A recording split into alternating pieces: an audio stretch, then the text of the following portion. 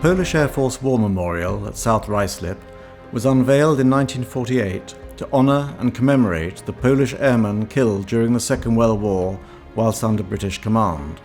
This prominent memorial, often wrongly referred to as the Polish War Memorial, is close to the southeastern perimeter of RAF Northolt. Between 1941 and 1944, this station was the home of 7 Polish fighter squadrons on rotation, making up a Polish fighter wing. So it is particularly fitting that RAF Northolt now hosts the only permanent exhibition in Britain dedicated to the Polish Air Force during the Second World War. Northolt to mój dom, to drugi dom. Jak myśmy tu przyszli do Northoltu od 1941 roku, 3 dywizjony były tutaj stale aż do inwazji. Myśmy tu się czuli jak w domu. For me as a pilot in the Royal Air Force, I was brought up on all the stories of the Battle of Britain. It's iconic in our history, and as an aviator, a man who flies aircraft, it's hugely important. Certainly the artefacts in the Polish lounge, each has a special memory really. I think certainly flying logbooks which articulate and lay out the dogfights that the pilots undertook back in the 40s is poignant. You know, leather flying helmets and goggles, they're iconic and add to the atmosphere of being in a Hurricane or a Spitfire back in 1940. Cramped, and the smell of aviation gas and the smell of sweat, the smell of fear, and getting airborne and taking the fight to the enemy. That's what the artefacts in this place evoke really for me.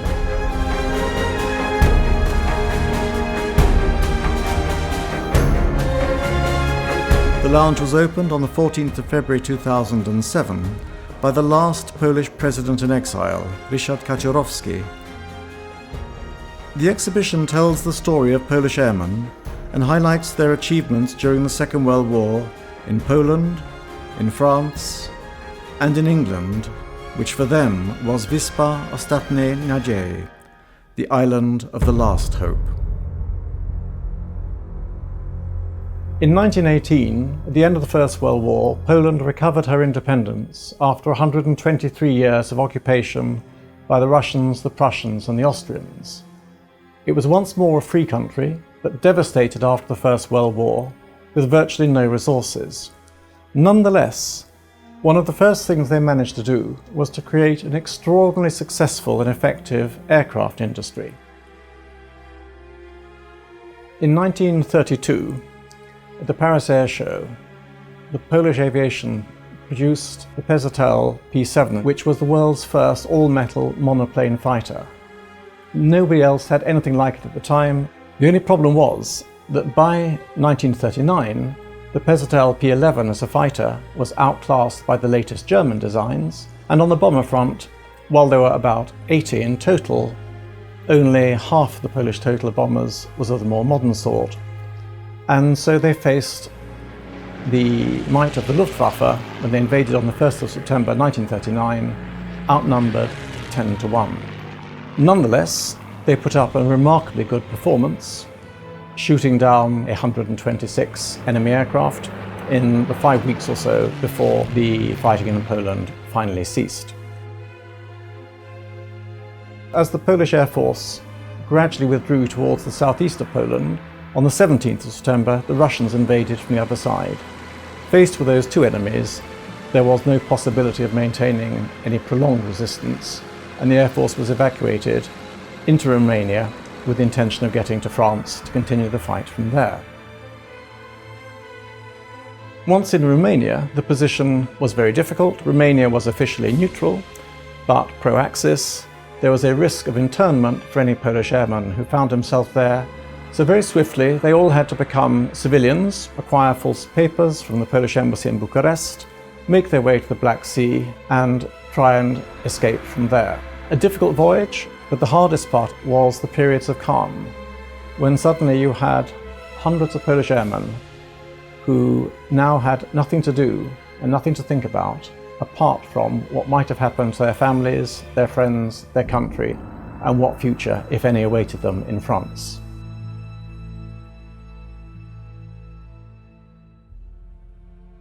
And so we come to France. For the Polish airmen, this must be the answer. France had 1 million men under arms. It had the largest amount of armour of any European country. It had the advantages of the British Expeditionary Force. It had the Royal Air Force here as well. Surely this will be the way to finally stop the German incursions. The Polish Air Force was quartered largely at Lyon-Bron, having arrived first at Marseille. But the problem they found there was, firstly, the French didn't believe they could fly, and secondly, they found, regrettably, an extraordinary lack of fighting spirit among some parts of the French Air Force. Krasnodębski, who commanded 303 Squadron here at Northolt, recalls how, on one occasion, the base he was at, they were having lunch in the mess. A messenger arrived to say that enemy aircraft were approaching. Every Polish pilot leapt to his feet and ran to the aircraft. The French commander stayed sitting down and simply said, "Well, what's the hurry? We haven't finished our lunch." On that occasion, the Poles found themselves flying against the Germans with only one Frenchman with them. Or Paszkiewicz, who again flew a 303 Squadron here at Northolt, recalls how he was flying alone with a group of French pilots when they were ordered to strafe an enemy armoured column. The French pilots decided that it was too dangerous to make such a low-level attack and refused their orders, so Paszkiewicz strafed the column on his own. Getting out of France was again another set of problems, because immediately the armistice was declared, an armed guard was put on every aircraft to stop the Polish airmen flying them to Britain.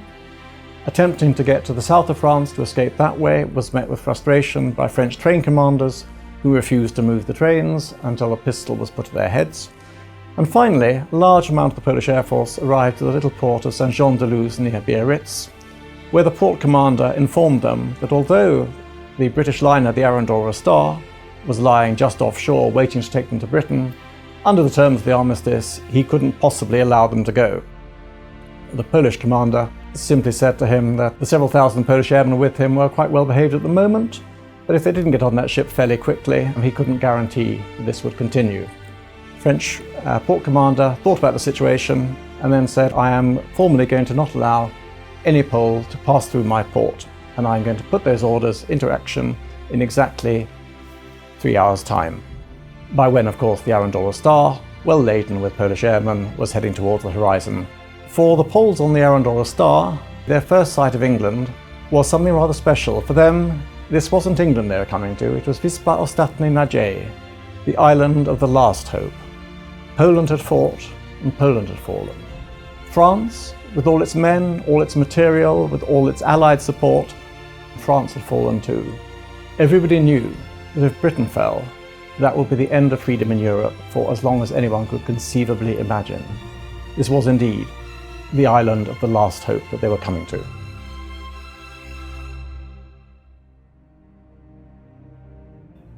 And so we come to Britain. The Poles thought this would be the real answer because now they could get their hands on first-rate equipment, Hurricanes and Spitfires, and with all their experience in combat, they were exactly what Britain needed at a crucial point in the Battle of Britain. Unfortunately, none of them spoke English, and the entire British defence system depended on controlling aircraft in the air by radio from the ground. So for the first few weeks, the pilots who came here to Northolt, who formed 303 Squadron, found themselves riding tricycles on the parade ground at RAF Uxbridge nearby, equipped with radios and compasses, and until they could respond appropriately to English orders, no one wanted to let them loose in the air. They were having a training flight, and the 303 Squadron, although composed mainly of Polish pilots, it had an English commander, Squadron Leader Kellett, and English and Canadian flight commanders. They were on a training mission. Paszkiewicz saw an enemy aircraft, asked for permission to go and make an attack. He was told, no, this is a training flight, stay with the formation, but he broke away anyway, disobeying orders, closed in on what turned out to be a Messerschmitt 110, shot it down, and as he describes it, with extraordinary ease. He had never had such power and speed and weaponry in his hands before. Returned to base. When he arrived at Northolt, Squadron Leader Kellett gave him a public reprimand for disobeying orders, followed by a public congratulation for shooting down an enemy aircraft, and the next day the squadron was declared operational. From that combat, you can see in the picture behind me a representation of Paszkiewicz shooting down the Me-110, and in the case on my right you will find part of the engine of the Me-110 that he shot down. Sadly, next to it you'll also see a small pile of shrapnel, which is all that remains of Paszkiewicz's Hurricane when he in turn was shot down about a month later. By that time he was already an ace with 6 victories to his credit, and along with many other Polish airmen, he is buried a few miles from here at Northwood Cemetery in the War Graves plot, where the graves of Polish airmen are tended to this day with dedication and care by their compatriots who followed down the generations. Paszkiewicz's victory was the first of 126 that were credited to 303 Squadron during the Battle of Britain. That made them the highest scoring squadron of any that took part in the battle. Extraordinarily, of the 16-week period of the battle, they were only operational for about half of it, and they achieved their extraordinary results at a 70% lower casualty rate than other squadrons flying. On September the 15th, which we now celebrate as Battle of Britain Day, there are few people who know that 1 in 5 of the pilots in the air on that day was Polish.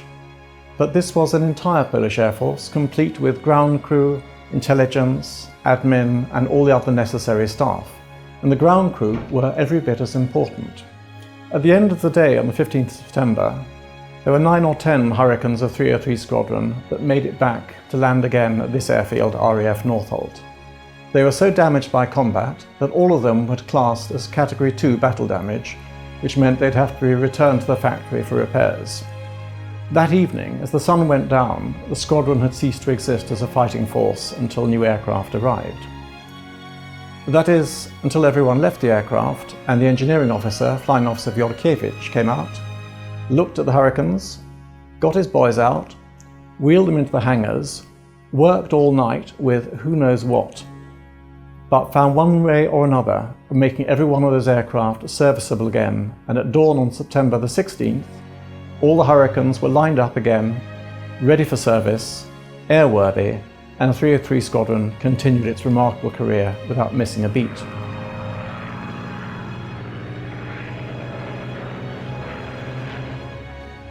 It's important not to overlook the role of the 4 Polish bomber squadrons.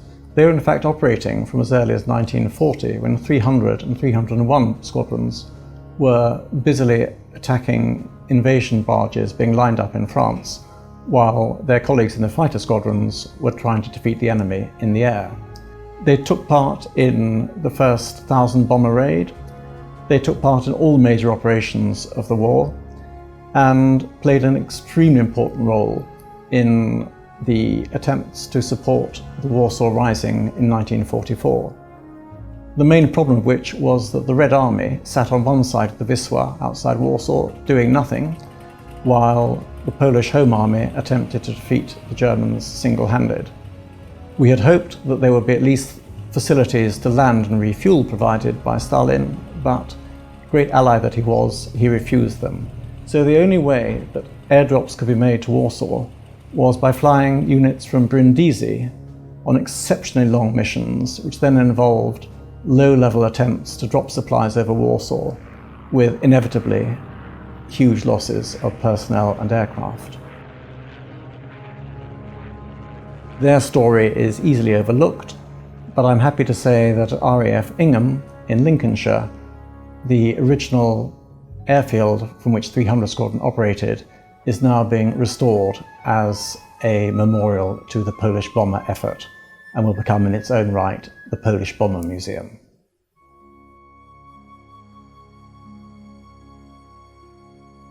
In the case beside me here is the original uniform of Gabsiewicz, who commanded the Polish wing at RAF Northolt. Also his 316 Squadron flying scarf, along with a German pistol which he managed to liberate at some later stage in the war. When Gabsiewicz was commanding the Polish wing here, the station became effectively a Polish station, to such a point that the bar in the officers' mess generally sounded like Warsaw on a busy Saturday night, and it became the only RAF station which ever needed to have a sign hanging in the bar saying English spoken, for the benefit of thirsty and worried English officers visiting the station for the first time. In early 1944, the Polish wing moved down to Chailly, one of the advanced landing grounds on the south coast, ready to support the invasion of France. When the wing left, they presented the officers' mess the large silver cup, which has engraved on it the numbers of all the fighter squadrons which had served here as their gift to the mess. It's still brought out on dining-in nights in the mess, because it was a sign of affection between the Polish Air Force and the station, which many pilots, including my father, always regarded to the end of his life as his second home. In 1940, in France, two Polish Air Force officers realized the need for there to be a single unifying standard to represent the whole of the Polish Air Force and to link it, in exile, with the home country. They made their designs, sent them to Wilno, and over the next year or so, the standard was created in private houses, in convents, in tiny pieces, in secret, under occupation. By the time it was complete, France had long since fallen, and the standard was then smuggled out in the Japanese diplomatic bag to Stockholm. From Stockholm it was flown to London, and from London taken to RAF Swinderby, where General Sikorski presented it to 300 Bomber Squadron. At the end of the communist period in Poland, the standard, which had been here since the war, was finally returned to Poland, along with all other symbols of state, taken by veterans of the Polish Air Force, received by the President in Pilsudski Square in an amazing and enormous ceremony. A few years ago we realized that the Polish Air Force today doesn't use the original, which is too frail, and they have a copy made, which is the one they used to parade officially. At which point it occurred to us that if you could make one copy, maybe you can make two. So after a correspondence with the Commander-in-Chief of the Polish Air Force, he agreed to have another copy made in Poland, officially under his auspices, for our use here at Northolt, to do exactly the same thing that the original did, which is to link the Polish Air Force community in this country with the home country and the Polish Air Force at home. It was only at the last minute that I discovered that the Commander-in-Chief intended to present the standard to me personally on the parade ground, with no warning or preparation. It was an immense honour, but the thing which was moving beyond all belief was the thought that as he presented it to me, I kissed the hem, took it and turned to present it in turn to Queen's Colour Squadron. My father was sitting, watching, who had himself received the standard some 70 years or more before, when it was serving in an operational wartime capacity. This standard represents all those veterans, all 20,000 who took part in the Polish Air Force fighting in the West. It represents not just the fighters, but also the bombers, the heavy losses they sustained when flying in support of the Warsaw Uprising. And it's perhaps fitting to end with the memory that the last Polish Air Force operation in the war was by 300 Squadron, one of the bomber squadrons, which took part in the last great raid on Berchtesgaden, Hitler's mountaintop retreat, and it was the Polish Air Force which helped finally pulverize his memory. It is sad, though, that for Poland, the war didn't end until effectively 1989, when at last they recovered their independence. But the legends and the memories they created here in Britain are something which remain to this day, of which not just RAF Northolt, but the Royal Air Force as a whole is immensely proud of. The Chief of the Air Staff regularly attends our commemoration ceremonies. The local community know what happened here and know why it's important. And there is a very clear sense that what the Poles did in Northolt and in Britain will never be forgotten.